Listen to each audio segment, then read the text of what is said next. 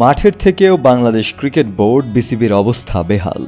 গত 2 দিন ধরে অস্থিতিশীল এক অবস্থা বিরাজ করছে বিসিবিতে, এতটাই যে গতকাল রাতে ফারুক আহমেদের মনোনয়ন বাতিল করেছে জাতীয় ক্রীড়া পরিষদ এনসিসি। ফারুকের মনোনয়ন বাতিলের অর্থ বিসিবির সভাপতি পদে আর থাকছেন না তিনি। আজই নতুন সভাপতি হিসেবে আমিনুল ইসলাম বুলবুল দায়িত্ব নেবেন বলে একরকম চূড়ান্ত। বিকেলের বোর্ড শেষেই সেই ঘোষণা আসবে বলে জানা গেছে। বিসিবির এমন টালমাটাল অবস্থা দেখে খুব হতাশ ক্রিকেট সমর্থক সহ অন্যান্যরাও। তামিম ইকবালের ক্ষেত্রেও ব্যতিক্রম নয়। বাংলাদেশের সাবেক অধিনায়ক এই অস্থির সময় দেখে খুবই ক্ষুব্ধ হয়েছেন। তাই সরাসরি বলে দিয়েছেন, এখন ক্রিকেট বাদে সব কিছুই হচ্ছে।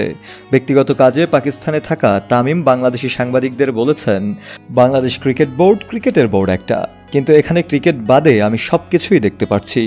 ক্রিকেটটা দেখছি না। কে আসবে, কে যাবে, কে প্রেসিডেন্ট হবে, কে হবে না, কে নির্বাচন করবে, কে করবে না, এগুলো ঠিক আছে, এসব ছোট একটা পার্ট। পাকিস্তানের বিপক্ষে আজ 3 ম্যাচের টি-20 সিরিজে সমতায় ফিরতে দ্বিতীয় ম্যাচ খেলতে রাতে নামবে বাংলাদেশ। সিরিজটি কভার করতে মাত্র 4 জন সাংবাদিক গেছেন শুনে অবাক হয়েছেন তিনি। সাবেক বাঁহাতি ওপেনার বলেছেন, পাকিস্তানে আজকে 4 জন সাংবাদিক দেখছি। বাংলাদেশ আয়ারল্যান্ডের সাথে খেলুক, জিম্বাবুয়ের সাথে খেলুক বা পাকিস্তান অস্ট্রেলিয়ার সাথে খেলুক, 4 জন সাংবাদিক আসবেন। আমি তো এরকম কোনোদিন দেখি নাই। এটা কি বার্তা দিচ্ছে?